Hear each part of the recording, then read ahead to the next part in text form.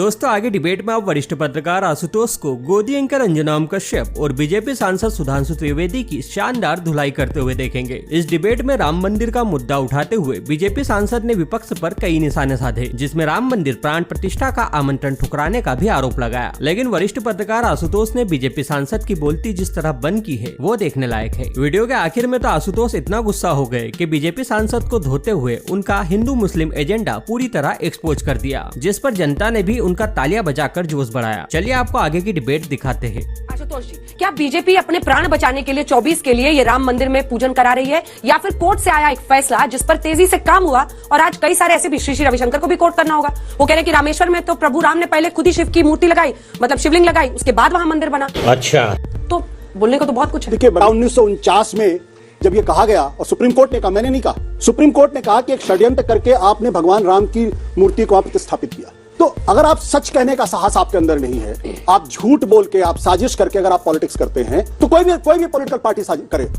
उसकी निंदा होनी ही चाहिए, इसमें कोई दो राय नहीं।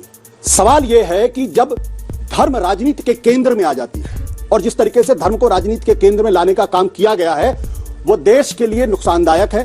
दुनिया के जिस भी मुल्क में, चाहे वो इस्लामिक कंट्री हो, चाहे वो क्रिश्चियन कंट्री हो, चाहे दुनिया का कोई भी धर्म का हो, जहां कहीं भी धर्म राजनीति को डिक्टेट करने लगती है, उस देश का क्या हाल है मुझे बताने की जरूरत नहीं है। सारे बच्चे पढ़े लिखे हैं, सबको मालूम है।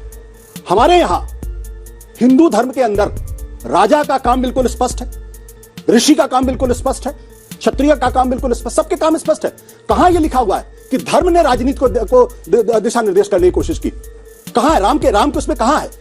क्या 22 तारीख को अगर लोग वहां नहीं जाएंगे तो रामद्रोही हो जाएंगे, वो हिंदू द्रोही हो जाएंगे?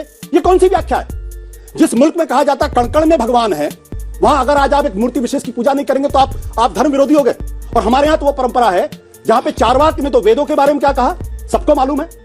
वो तो खुलेआम ईश्वर की सत्ता को नकारते थे और उनको हिंदू धर्म ने क्या कहा, ये हमारे ऋषियों ने उनका नाम रखा।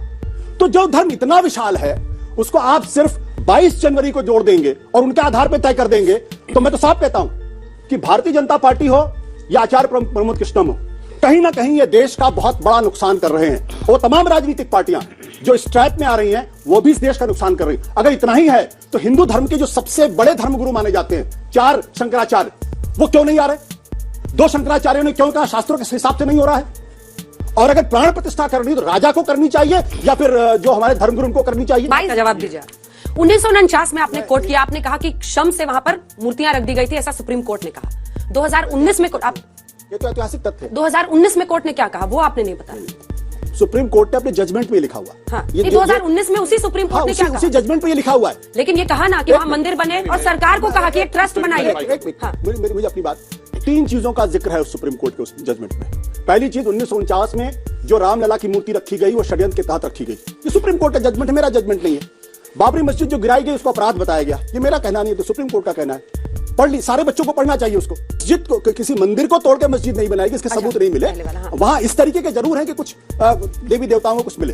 ये 3 चीजें सुप्रीम कोर्ट ने, मैंने तो नहीं कही। आप पिछले 40 साल से लगातार कैंपेन कर रहे हैं कि बाबरी मस्जिद को राम मंदिर को तोड़ के बनाया गया, राम मंदिर को तोड़। अरे सुप्रीम कोर्ट ने आपके झूठ को पकड़ के लोगों के सामने रखा, मैंने तो नहीं रखा है। मैं अगर कह दूं तो आप मुझे जेल भेज देंगे, मेरे खिलाफ FIR दर्ज कर देंगे। ये तो सुप्रीम कोर्ट ने कहा कि बाबरी मस्जिद गिराना अपराध। बात तथ्यात्मक जवाब देता हूं। धर्म का राजनीति में मेल जोल नहीं होना चाहिए। मस्जिद क्या है? धार्मिक स्थल है ना। बाबर क्या है? राजनीतिक व्यक्ति है ना। ये व्हाट डज बाबरी मस्जिद मींस? ये धर्म का राजनीति में सीधा घालमेल नहीं है। जबकि सुप्रीम कोर्ट हमेशा डिस्प्यूटेड स्ट्रक्चर, विवादित ढांचा कह रहा है, मगर ये सब बाबरी मस्जिद। ये बाबर और मस्जिद को मिलाकर, बादशाहत और सियासत को मिलाकर ये कौन सी अकीदत कर रहे थे, इसका जवाब चाहिए। मैं एक बात कभी समझ नहीं पाता हूं कि अगर हिंदू धर्म का अगर जिक्र करना है तो शरिया के बारे में बात करने की जरूरत क्या है? राम मंदिर का जिक्र करना है, बाबरी मस्जिद की जरूरत क्यों है? सत्यमेव जयते को आप तय कर लीजिए को आपकी संस्कृति का हिस्सा या धर्म का हिस्सा है। आप तय नहीं करना। आपको हमेशा हिंदू और मुसलमानों को लड़ाना है, इसलिए आप 100 बातों में से 75 बातें आप इस्लाम को लेकर कहते हैं। और हिंदू धर्म की बात करनी तो आप मुझसे बात करिए ना। आप शंकराचार्य के बारे में बात करिए, आप कबीर के बारे में बात करिए, आप तुलसी के बारे में बात करिए, आप वेद के बारे में बात करिए, उपनिषद के बारे में बात करिए, उसके अंदर जो दहेज प्रथा उसके बारे में बात करिए, जो लड़कियों को जिंदा जलाया जाता है उसके बारे में बात करिए। और अगर आपको बात करनी नरेंद्र मोदी की तो फिर डिमोनेटाइजेशन के बारे में बात करिए, आप GST उसके बारे में बातचीत करिए। और जब लॉकडाउन लगाया हजारों की संख्या में लोग पैदल, उसके बारे में बात करिए। और इस बारे में भी बात करिए कि जब 2019 का चुनाव हो रहा था तब लोगों ने कहा 45 साल की सबसे बड़ी बेरोजगारी, उसका बारे में बात करिए। आपके जमाने में हिंदुस्तान नीचे गया है, आगे नहीं गया। जवाब दीजिए और तीसरी सुधांशु। अर्थव्यवस्था जो आपकी बात वो कह रहे कर रहे हैं, राम मंदिर वो पर भी आप मोमेंटम से हिंदू बंधा। मुस्लिम लड़ाई कराना चाहते हैं। भाई मैं इनका बहुत मैं सम्मान तो कहता करता हूं बिना इस्लाम के जिक्र के एक सेंटेंस बोल दे तो सुधांशु जी। मैं बात